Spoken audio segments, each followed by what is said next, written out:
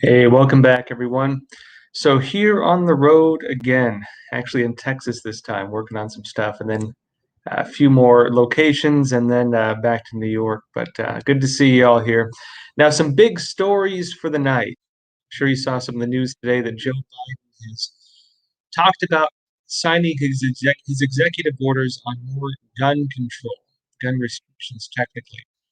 Talking about going after, for example, what he calls ghost guns, talking about new forms of regulations, you name it. A lot going on right now. We're going to talk about this, what's happening with it, the excuse saying there's a public health crisis to justify this, and his talks about doing even more to come very soon. I'll be talking about this, going into some other stories, talking about voting integrity, some new updates on this, going to the border crisis a bit. Yeah, lots to talk about, folks. And good to see you all here. Sam Ernest, good to see you as well. Thank you. Liz Williams, howdy from Texas. Yeah, thank you. Yeah, I'm actually in Fort Worth just for a bit, and so that's why I'm broadcasting from the old hotel room again. Yeah. Hey, Jack Delaney, good to see you always. Thank you. Linda Manning, hi from Missouri. Thank you. Yeah, good to see you all here, folks. All right, that's how let's jump into the first story for the night. And as always, folks, if you have questions, leave them in the chat. I'll try to get to them. First story for the night. This is Epic Times reporting, and I'll go over quite a bit of this just to kind of cover everything that's happening with this. It says here Biden announces new gun control actions, says it's a public health crisis. It says here President Joe Biden on April 8th, today, announced several new gun control measures after two mass shootings last month, claiming that shootings are a, quote, public health crisis. And he said this at a speech at the White House, quote, he said gun violence in this country is an epidemic and it's an international embarrassment. He was joined by Vice President Kamala Harris and Attorney General Merrick Garland. A report said several gun control advocates and local officials also attended. And he continued stating, nothing I'm about to recommend in any way impinges on the Second Amendment. There are phony arguments suggesting that these are Second Amendment rights at stake from what we're talking about. And depends on how you interpret the Second Amendment, of course. Let's go deeper into this. Now, according to the text provided by the White House, Biden is directing the Department of Justice to, within 30 days, issue a proposed rule aimed at curbing the spread of so-called ghost guns. These guns you can print at home or buy parts for and then basically have an unregistered firearm, right? The way they're framing it, at least. Who knows how they're going to word it? Maybe it'll mean unregistered guns in general. We'll have to see what they actually mean for it. But specifically with ghost guns, he's talking about guns that can be built with do-it-yourself kits.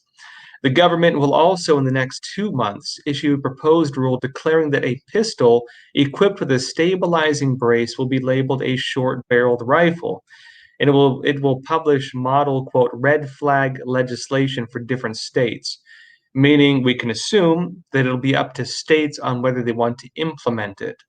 3 other actions announced on April 7th, the day before, by the administration, include investing in, quote, community violence interventions meant to curb the spike in murder and shootings last year. Is that like policing, right? While they're talking about defunding the police, go into it, right? They're talking about issuing an annual report on firearms trafficking and nominating David Chipman as the director of the Bureau of Alcohol, Tobacco, and Firearms, the ATF. Chipman is a former advisor to the gun control advocacy group Everytown for Gun Safety, and currently an advisor at Giffords, an organization that says it is working to stop gun violence. In other words, he's positioning an activist, an anti-gun activist, in charge of the ATF. Now, a bit more on this. Harris said this. She said, I've fought my entire career to end this violence and to pass reasonable gun safety laws. And she said as well, these solutions exist. Continued, people on both sides of the aisle want action, real people. Which people? And she continues, so all that is left is the will and the courage to act. And Biden then called on Congress as well to take action, saying enough prayers and that it's time for action. Now, earlier on April 8th, several prominent gun rights groups, including the National Rifle Association, the NRA, and Gun Owners of America criticized Biden Biden's announcement. The latter group, the Gun Owners of America, described Biden's announcement as tyrannical in nature. And they said, quote, like a dictator, Biden is seeking to unilaterally regulate firearms that gun owners currently own. And he's doing this via executive order, bypassing the constitutional requirements which give Congress the authority to pass legislation. Remember, folks, they have the filibuster in place. He's using executive action to bypass the filibuster. And Gun Owners America said that the NRA, meanwhile, warned after Biden's speech that his orders will, quote, dismantle the Second Amendment. And he's what he's saying is also the Second Amendment, the Constitution, he's saying, is not absolute. He's saying that no amendment is absolute, meaning in his interpretation, he's saying there can't be an absolute right, freedom to bear arms. Not just like there's not an absolute right to free speech, he's claiming, using the example like saying you can't yell fire in a crowded movie theater. This is all debatable, of course. This goes in terms of how the Supreme Court would interpret the Constitution and how different people interpret the Constitution. And he's, of course, bypassing the entire legislative process to use executive action, ruling by decree, to pass these very controversial laws. Now, when it comes to some of this, let's go over a bit of this, right? He's talking about regulating ghost guns. The problem is, how do you actually regulate ghost guns? How do you regulate the people's ability to buy and to build weapons that are not registered? There's a few different ways we can talk about this. One of them would be, of course, people using 3D printers to print the lowers of firearms, which are the part right next to the trigger on a rifle, for example. And by printing the lowers, you can buy additional parts and build your own firearm, your own rifle. That is one way to do it. Another one would be zip guns, the ability to just create, lead pipe guns and stuff like this. The other one would be, of course, what it seems to be what they're talking about, the ability to buy kits. And these kits will let you build, for example, AR-15 variants and so on, that lets you, of course, build a gun that the government can't track. Now, this seems to be going in the direction. You have to look not just at the initial step, but the trajectory, because they are talking about doing more with this. The trajectory seems to be the case that they're going after things that they designate as assault weapons. When it comes to, for example, his talk about designating pistols that have a wrist mount, for example, designating these as something to regulate. It seems to be the case they're going for things they would regulate or define as being assault weapons. And there's a real funny mishmash in terms of how they define it, because technically there's no such thing as an assault weapon. This is a political term.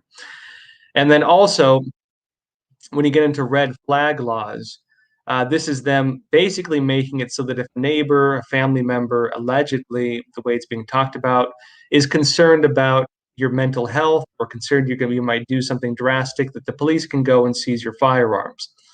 Which means if you're living in a big city and your neighbor is rabidly anti-gun and he finds that you have guns, and he can just call them up and say, I believe my neighbor is a threat, they can go and take your firearms. Or who knows to the extent they could push that. Maybe they could even have the government decree one day that they believe anyone with a firearm is a threat. They could take your firearms. I mean, the issue is usually not the initial step. The issue is where it could lead if the trajectory continues.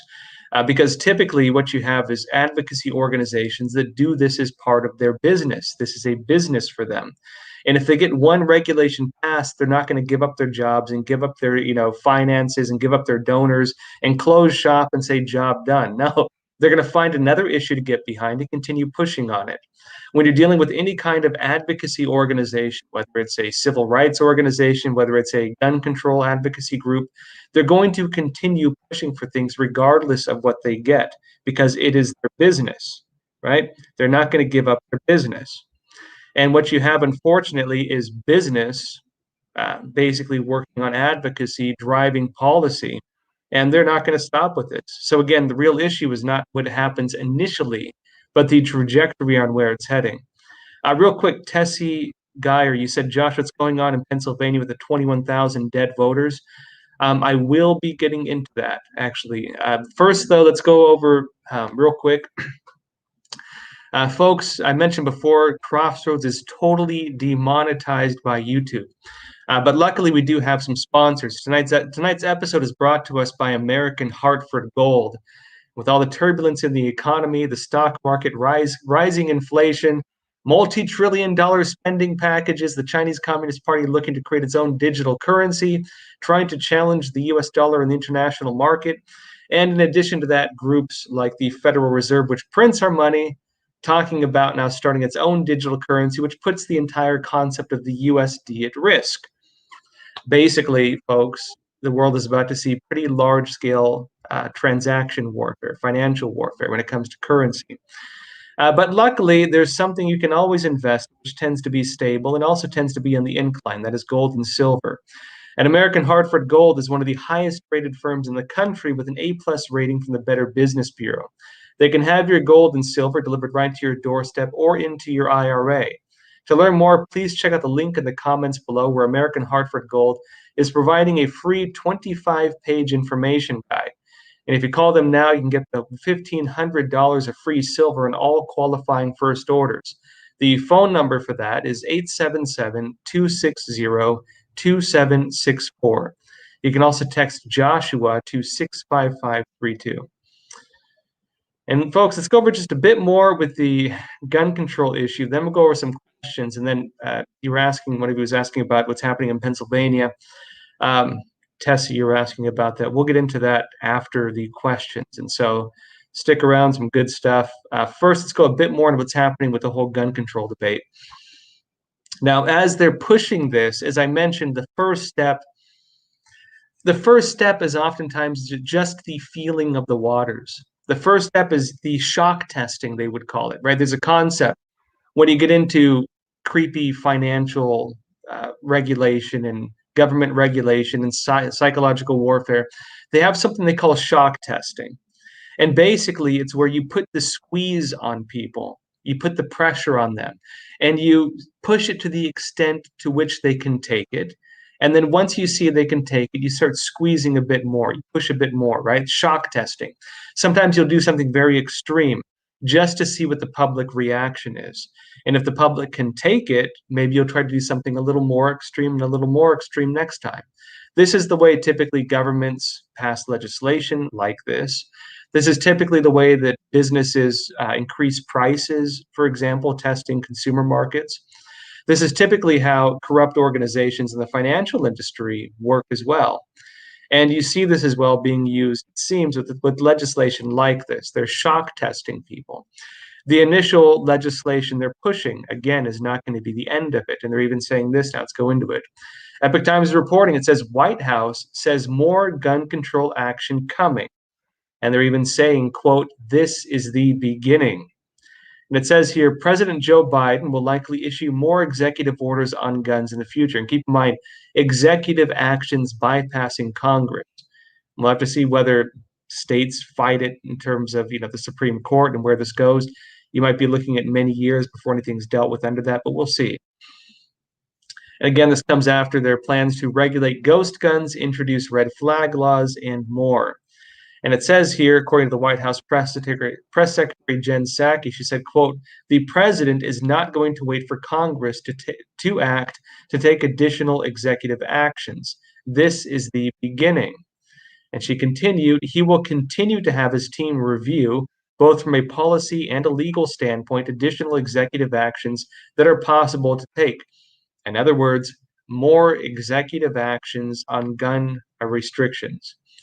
Right? This is not the end of it. This is the beginning of it in their own words. Now, she continues that there's going to be long-term measures they're creating. She says, without elaborating on what regulations he might be seeking. And she continues, but he's not going to wait. He can move on both levers at the same time. Now, last month, the House passed 2 background check bills, including one for people who are seeking to purchase or transfer firearms.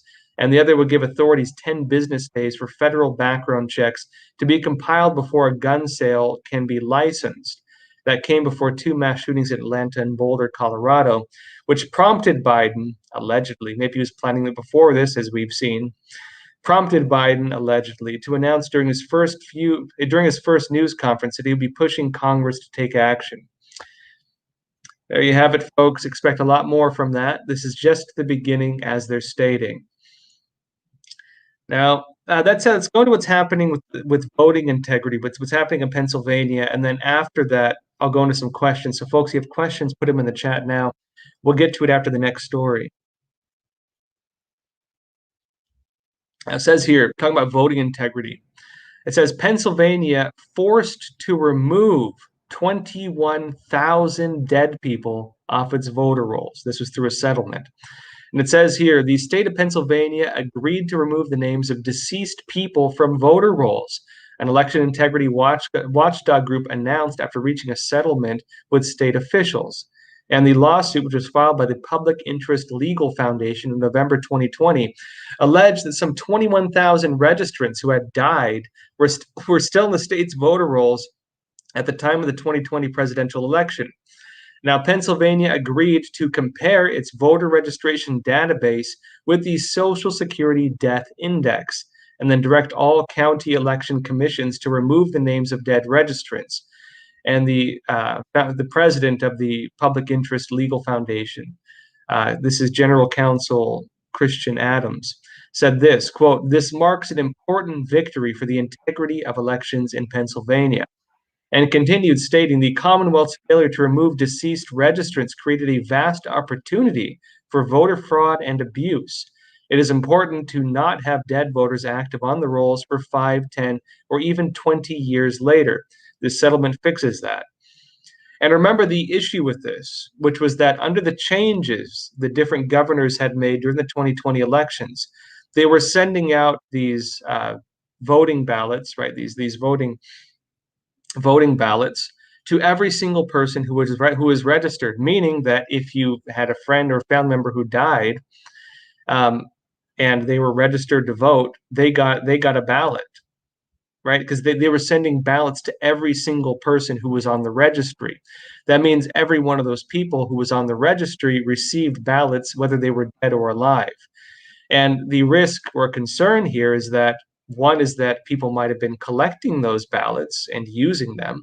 The other concern would be that people who are, let's say, ideologically motivated or agitated might have it in their personal interest to, let's say, 3 ballots show up at their house, to fill out all 3 and send them in.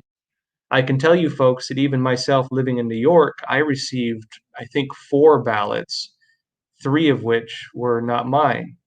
And so they were doing this, and this was an issue again of cities, counties not clearing their voting rolls. There was and creating legislation too, where they would send these things to every single person. This was one of many issues that led to some of these serious concerns of voter fraud during the 2020 elections. One of many issues. And we see here now that a lawsuit in Pennsylvania, at the very least, made it so they have to clean their voting rolls in Pennsylvania.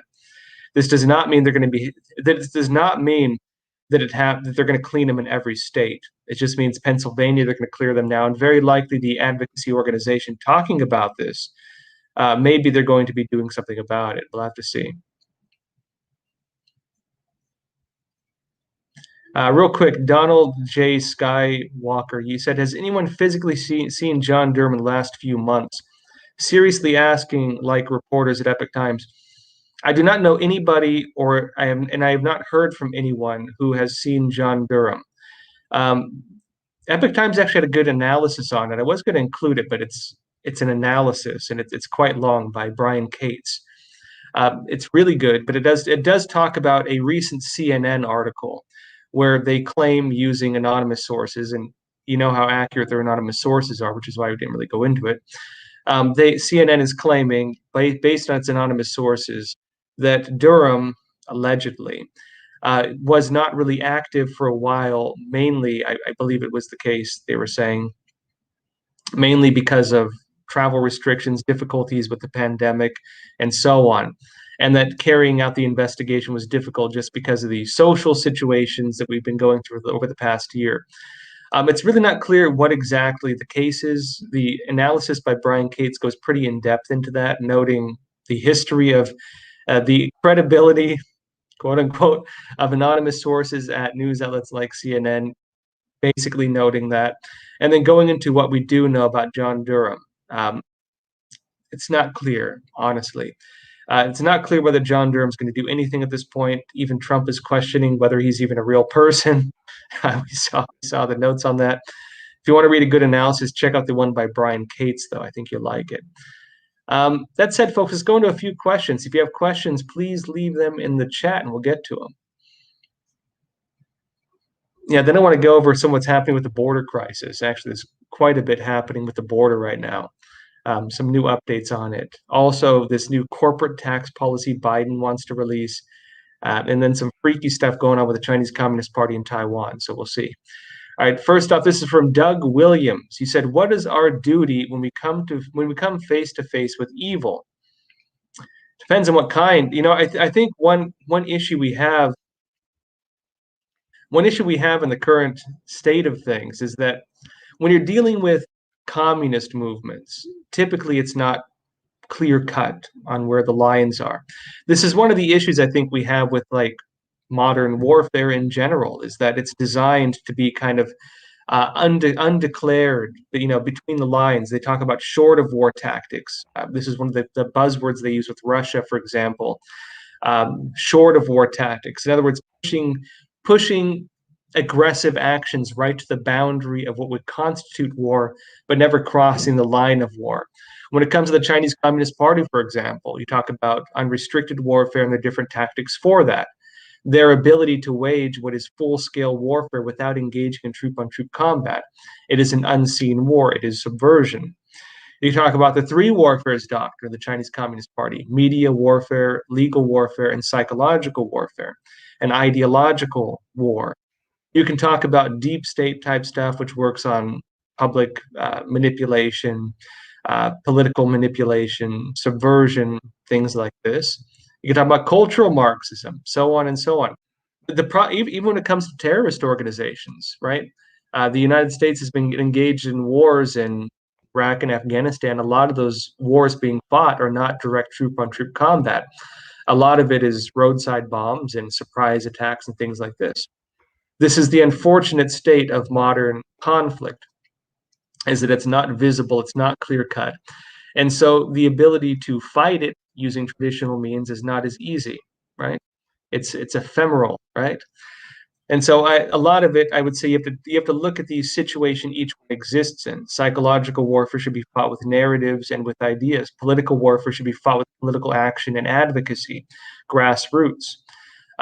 Psychological warfare should be fought with the statement unrelentingly with truth, with facts. I would say that each area needs to have its own solution. And so generally, I'd say that's where it stands. This is from GMA Hole.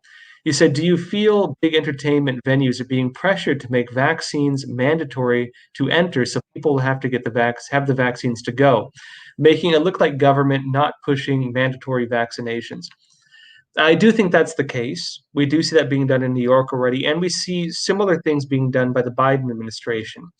Now, as you mentioned in the last episode, the Biden administration is saying that they will not create from the federal level legislation that mandates that everybody has to carry around a vaccine passport.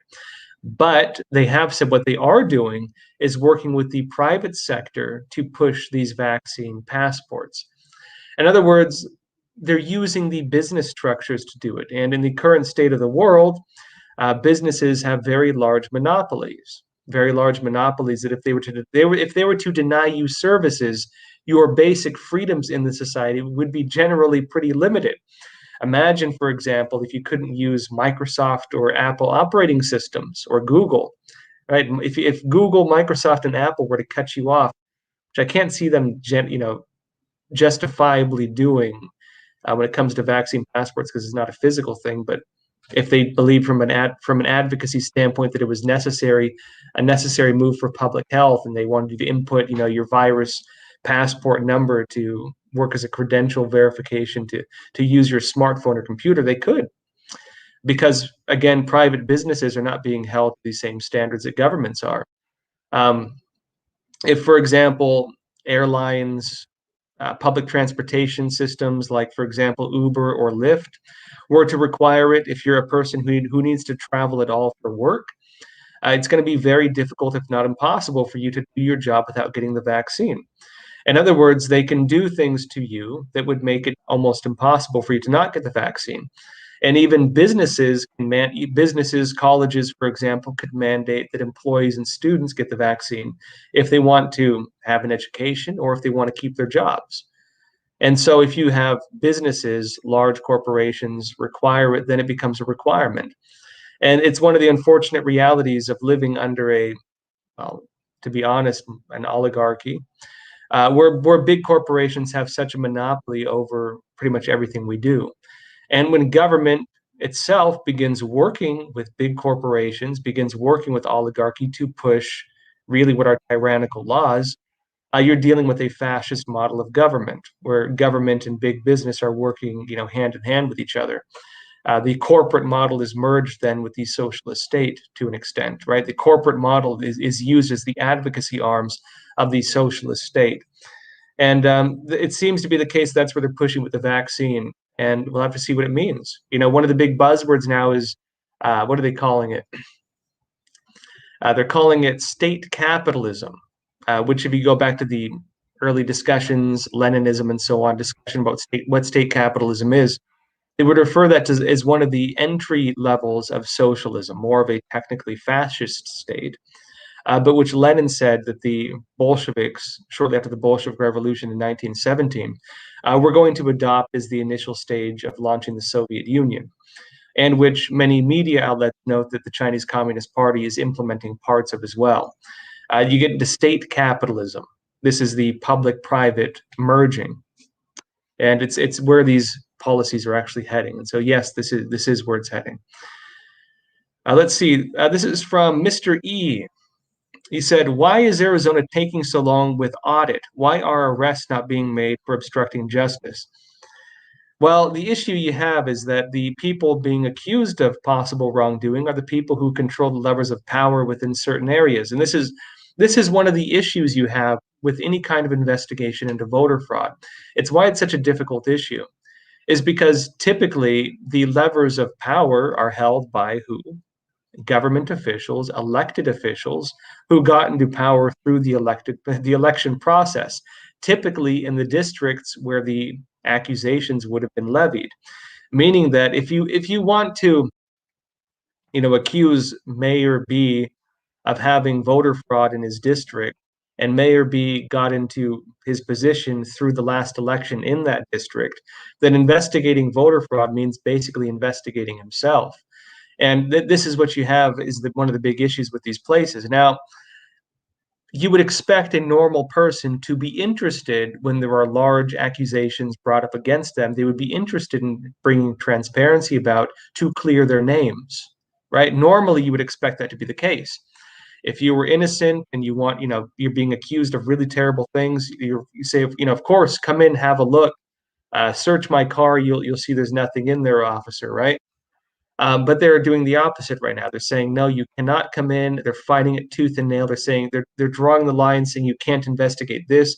You didn't stipulate you could look at this particular area. You didn't say you could look at this particular area, while at the same time claiming transparency, claiming election interference, claiming that it's voter suppression, claiming that they're being harassed, even threatening lawsuits in some areas, these types of things.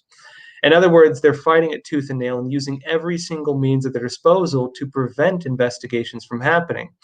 And so the people trying to push for the investigations need to deal with the fact that the very bodies that they're dealing with are, in fact, that they're trying to investigate are the bodies of power within each area. And doing so means going head to head with all those different bodies of power.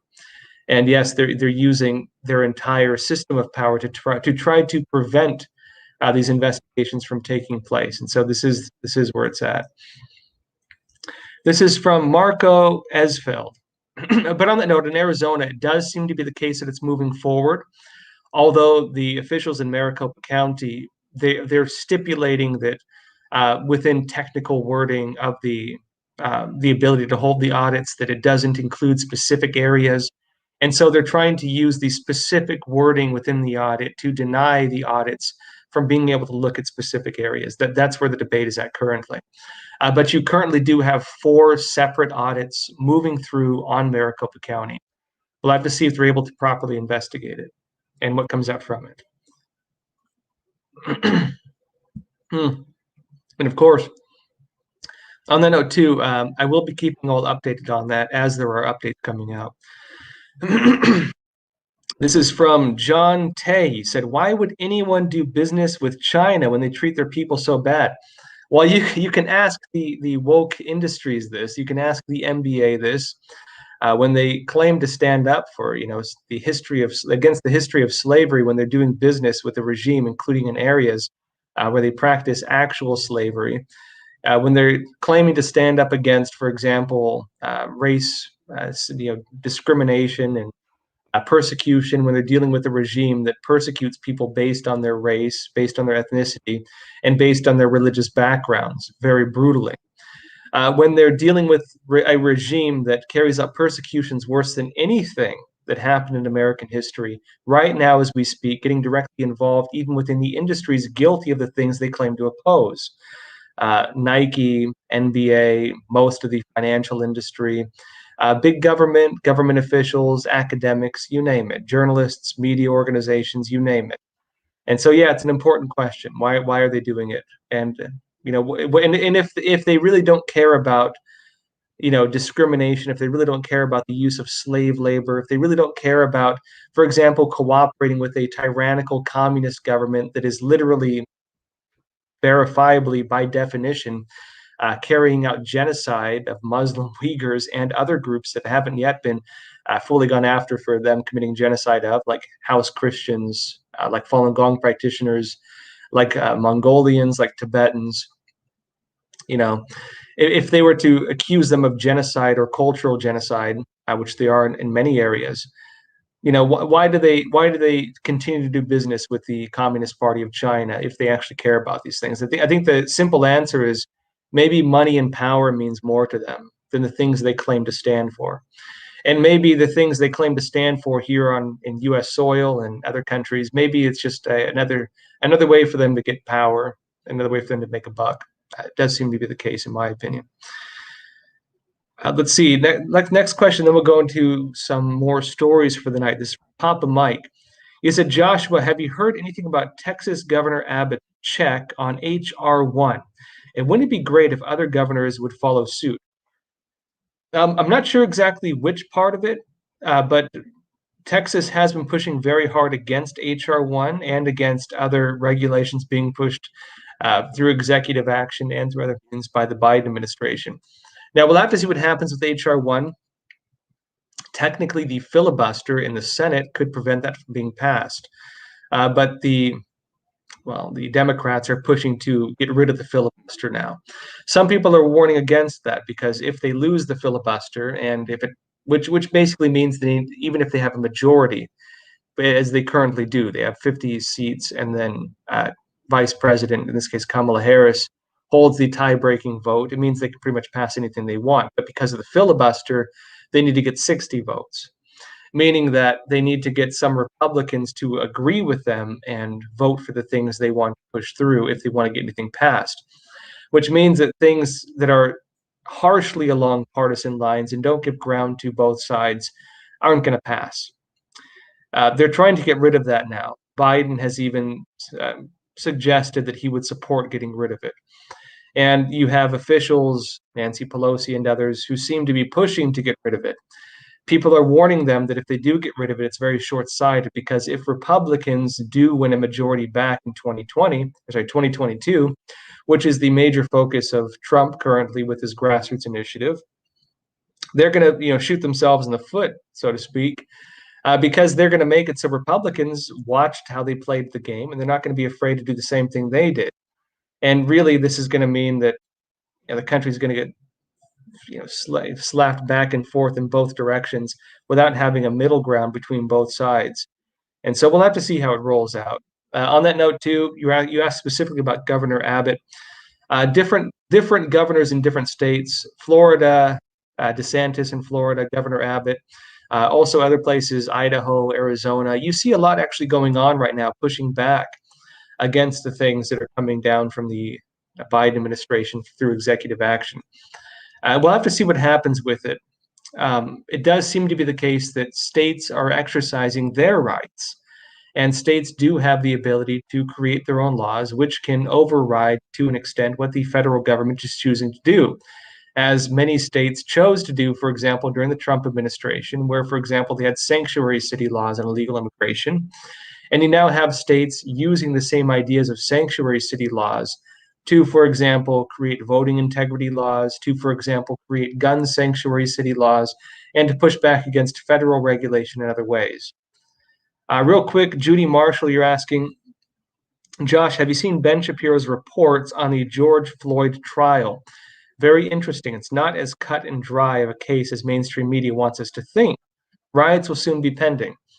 And yes, this is happening. I haven't covered it much, I guess, on the show. Basically, the officers who were accused of killing George Floyd are currently on trial. And you might remember George Floyd was the individual who the officer kneeled on his neck and allegedly killed him. That was the accusation. You then had the slogan, "I can't breathe," become one of, that was another guy, but they used it for him too. Turns out that George Floyd had fatal levels of fentanyl in his system, and many people are suggesting that he died from a fentanyl overdose, not from what the officer was doing.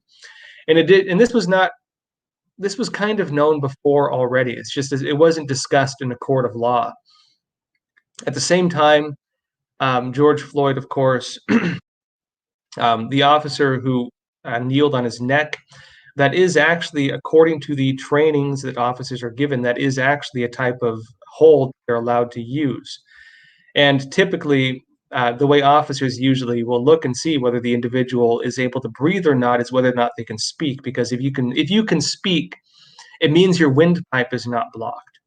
And so if the guy is saying, "Oh, I can't breathe, I can't breathe," they might often think you can breathe because you wouldn't be able to talk if you couldn't breathe because your windpipe is not blocked, which is, just unfortunately the way it is. But the main issue that's coming up with the George Floyd trials is that he had fatal levels of fentanyl in his system, and fentanyl overdose, being an opioid overdose, would cause you to have respiratory issues, which would kill you.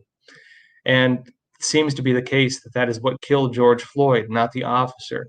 And the issue you have now is that the officer is essentially at risk, it seems, of basically, being lynched. This is turning into a lynching, not a trial, because you have individuals threatening riots if the officer is found to be innocent. Even if they're found to be innocent, you can expect their lives to be very difficult, now and forever onward, right? I mean, difficult regardless. If they go into prison, there's going to be, there's going to be hits on them in prison, without a doubt. Even if they were just officers in general, to be hits on them, which means they'd have to spend their entire prison term in protective custody, which means solitary confinement, which ironically even places like New York are trying to get rid of. And the psychological toll of that is pretty heavy for a lot of people, but they don't have a problem using it for officers. At the same time, you're going to have as well people, if the officers are found to be innocent, people targeting them regardless, their lives now and forever onward, whichever way this goes, it can be very difficult. And you have people demanding, basically because of media lies, because the way the media framed this and used it, and because of the way that politicians used this, and because of the way that people were agitated around the narrative of George Floyd, rather than looking at the evidence, people feel very strongly about it. Their emotions are turned full blast.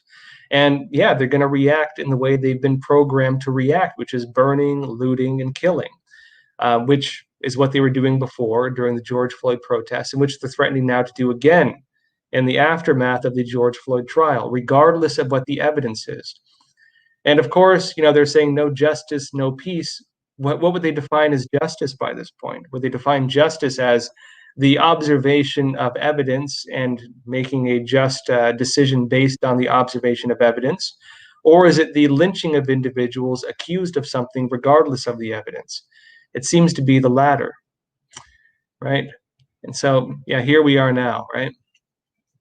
Now, next up here, let's talk about what's happening a bit with the illegal immigration issue in the United States. We have this border crisis.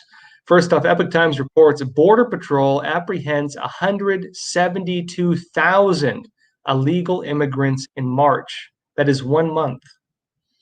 And it says here, the sheer number of illegal border crossers that Border Patrol is apprehending on a daily basis is overwhelming in itself, but the type of population makes it something never seen before, according to Brandon Judd, president of the National Border Patrol Council. And he said, quote, I would argue that it's the biggest surge that we've ever seen in the history of the Border Patrol. And he said this during a roundtable with GOP Congress members, Texas landowners, and law enforcement on April 7th, yesterday.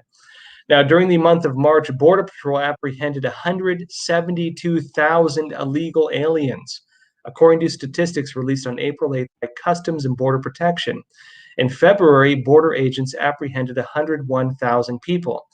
Now, keep in mind, these are just the people they're apprehending, being also very short-staffed, not being able to have the facilities to hold them all, and of course, not being able to monitor every single person who comes across the border illegally. This is just apprehended. And the current regulation is that people who are apprehended are released into the interior of the United States. Keep in mind as well, early reporting was saying that virus tests done on these individuals was saying that 10% to 50% have the virus. And what's 10% to 50% of 172,000, right? How many people with the virus is that importing, right? You're looking at a lot of people.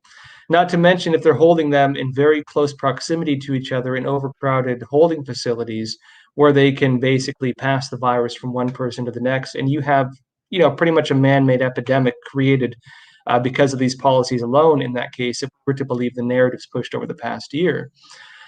Happening now as we speak. The other point here is that between February and March, you had a jump from 101,000 to 172,000 just apprehended, meaning that the rate of increase is shocking. The rate of increase maybe is close to doubling, it seems, month by month. And we'll see if this trajectory continues, meaning that if we were to believe there's 11 million illegal aliens in the United States currently, some put the number as high as 33 million. We're looking at well over another million by the end of the year, maybe more. And then if the rate of increase continues like this, many, many more. And at the same time, you have states giving financial incentives to them, even if they're on the surface in terms of their political statements, claiming to, for example, say they're encouraging people not to come. Local policy is saying otherwise. Here's another story. New York. Let's talk about it. Epoch Times reports New York allocates $2.1 billion for illegal immigrants and other, quote, excluded workers. And it says here, New York state legislators this week agreed to establish a $2.1 billion fund that will give money to illegal immigrants and other so-called excluded workers who lost their jobs during the COVID-19 pandemic but were ineligible for federal stimulus checks, unemployment aid, or other benefits. And folks, who did not get a stimulus check? It was people who were not on the books. And so what they're doing is looking to give payments, taxpayer-funded payments to illegal aliens. It says here, the Excluded Workers Fund will extend a one-time payment to workers who lost their jobs or income during the pandemic. People can receive up to $15,000, $15,600 total. Taxes will be deducted before they receive the money. In other words, politicians are taking their cut of it and pocketing it, right? Politicians are taking their cut of it. And it continues stating this. Workers won't be eligible unless they were making less than $26,208 in the 12 months prior to the bill taking effect, and unless they can prove they can still work. People must show a valid taxpayer number and a letter from an employer along with other papers to get the maximum payments. And unless you have a stolen identity, it's going to be hard for illegal aliens to get that, but oftentimes they will get that. Now, continuing on this, and we'll see how it's enforced as well, because they tend to find ways around this. People who can't meet the more stringent document requirements can still receive a $3,200 payment, provided they provide their identity and residency. In other words, no matter who you are, you say you're an illegal alien, don't have papers, no identity, nothing. If you can prove your identity, maybe you get a New York State identity card, which they give to illegal aliens. Or if you get, for example, a driver's license, which they also give to illegal aliens, you can get $3,200 payment in New York. And so free healthcare, free money, free programs. If you want to come to America legally and travel to New York, why not? And it seems that hundreds of thousands of people are seeing that and coming, right? Now, a couple quick notes on this. I won't go too deep into I won't go into these stories, but just briefly, real quick, Texas is launching a probe into child abuse allegations at a migrant facility, which you do have these migrant facilities with, again, people in close proximity. And how are you determining male and female, separating them if needed, and ensuring that abuse is not taking place? Well, you can't, it seems. And so they're investigating it. Another story here, White House seeks to create legal ways for Central Americans to immigrate to the U.S., according to an envoy. Now, remember that Biden put in charge of the immigration issue, the illegal immigration issue, Kamala Harris, vice president. And Kamala Harris is saying that she's not going to be looking at basically stopping the flow of illegal aliens into the United States. Instead, she's going to be looking at the root causes. And I mentioned before, we can expect that probably to be focused on financial inequality, which is the current narrative being pushed by the United Nations, right? Resolving financial inequality to facilitate immigration, which they're using as their narrative for large-scale immigration into Europe, and which the United States has recently come on board with. They were not on board with this during the Trump administration, even though it started back in 2018. We can assume that this may be somewhat related to that strategy based on just the way things are going with this. So again, the White House is seeking to create legal ways for Central Americans to immigrate to the U.S. And who knows how they're going to define that, right? Maybe just opening the door even more. America already has arguably the most open immigration system in the world, at the very least one of the most open immigration systems in the world, outside of even the broadly tolerated illegal immigration issue. And one more issue briefly on this. The Biden administration responds to reports saying the Department of Homeland Security may restart border wall construction. And it seems to be the case that they're suggesting, they did say it during a press conference, that they are looking at closing some of the areas that were not completed, the building of the wall. Although it does seem to be the case that it looks like they're not actually moving on the construction. We'll have to see what actually comes out from this. We'll keep an eye on it. Now let's talk about these corporate taxes, because this is one of the big things that Biden is pushing for right now. Epoch Times reports this. Talks over global minimum tax pushed by U.S. gains momentum. And this is interesting because what you're talking about now is them trying to resolve the issue. They're basically trying to increase corporate taxes to a pretty serious degree. The concern being that if you increase corporate taxes, big businesses flee overseas, right? They go to other countries. And so what they're doing to stop that from happening is get other countries to agree to the same level of taxes. This is like price fixing for international governments, basically. Using taxes to regulate them. Agreed upon international taxes, meaning a globalist system of government where they're making agreements across different countries to ensure that companies can't flee high taxes. Global socialism, essentially. Let's go into it. It says here, Treasury Secretary Janet Yellen urges other countries to support a global minimum tax rate for corporations, which is crucial for funding President Joe Biden's infrastructure proposal called the American Jobs Plan. The Biden administration proposes substantial tax increases on U.S. corporations to pay for the $2.3 trillion plan. Other estimates put it as high as $4 trillion, but they're rolling it out in parts, right? Currently, $2.3 trillion plan. aimed at boosting investment in infrastructure, clean energy, manufacturing, housing, and other programs.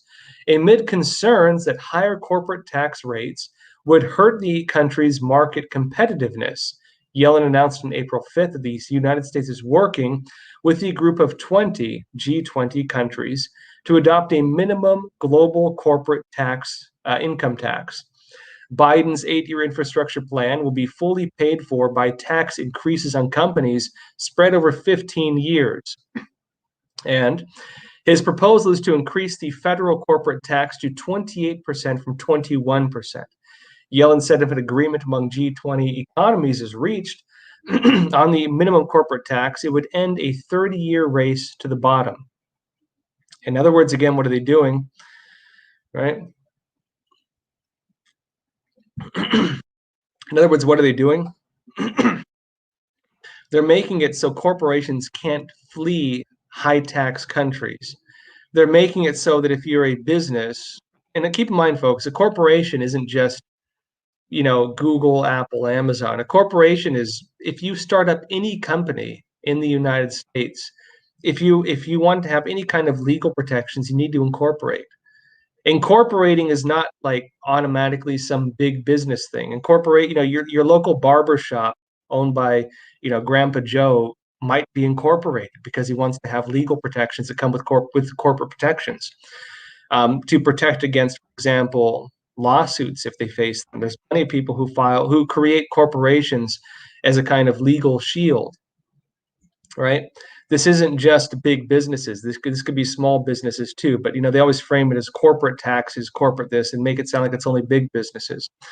Now, what's the issue with this?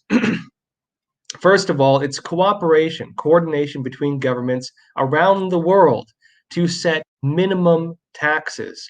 In other words, they're implementing very extreme socialist policies like this infrastructure plan and paying for it with very extreme high tax policies, and then making it so that people who want to flee those high taxes are no longer able to flee those high taxes. And again, working across countries to ensure that this happens, right?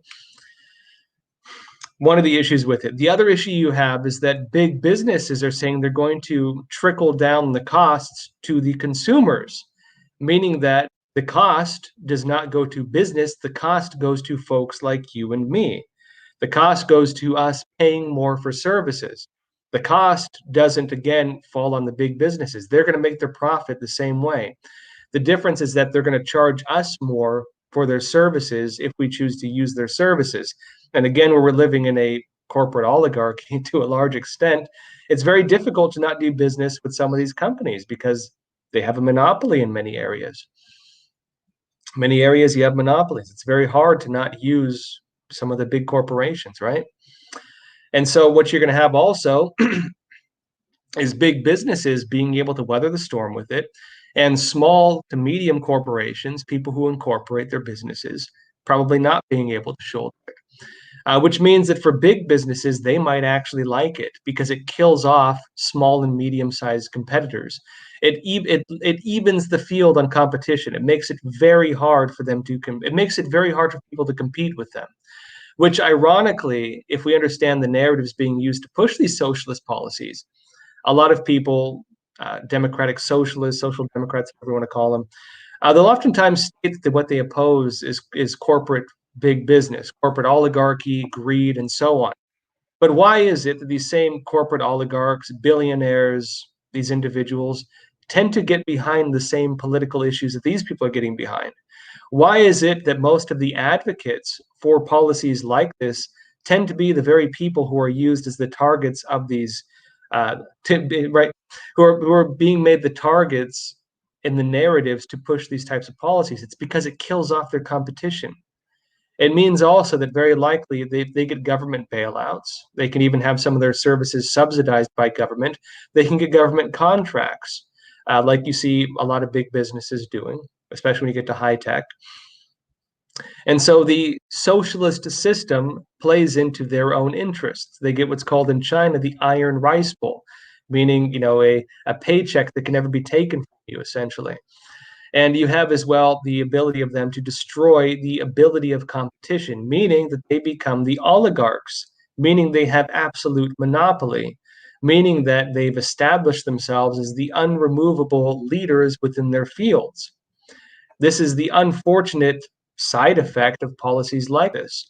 And one of the big holes you find in the narratives of socialism, that socialism, even though it often uses the narrative of opposing big business and oligarchy, tends to lead to big business and oligarchy in almost every single case. Or at the very least, big tyrannical government which controls the businesses and maintains the same type of control you'd have under basically absolute corporate monopoly. Only they don't have an interest in providing you with a decent product as well, right? That's where things are heading with that. Now, folks, let's go into what's happening with these vaccines briefly, and then we'll see where time's at after that. Now, real quick, this is in Michigan. I'll just go over the headlines with these, just talk about it briefly. Michigan, 246 people who were fully vaccinated have now tested positive for the COVID-19 virus, the CCP virus. 3 of them are now dead. The people who died were all 65 years of age or older, and 11 of the residents were hospitalized and 3 died of them, right?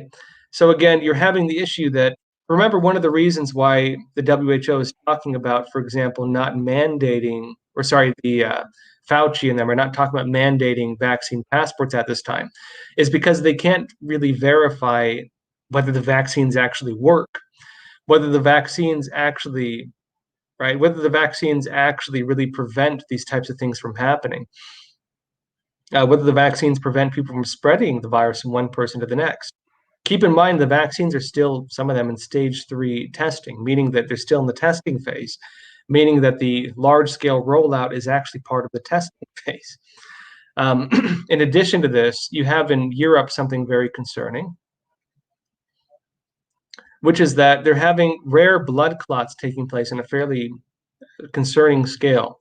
And now briefly on this Epoch Times report says this: the European Union's Drug Regulation Agency on Wednesday said there is a possible link between the AstraZeneca CCP virus vaccine and, quote, very rare blood clots, but recommended that vaccinations continue and also stressed the benefits outweigh the risk. Now, last month, more than a dozen European countries, which is interesting, more than a dozen countries in Europe, including France, Germany, Italy, and Spain, suspended the use of AstraZeneca, this vaccine, even though it continued to be used in the United States, because of reports of blood clots, including people dying from them.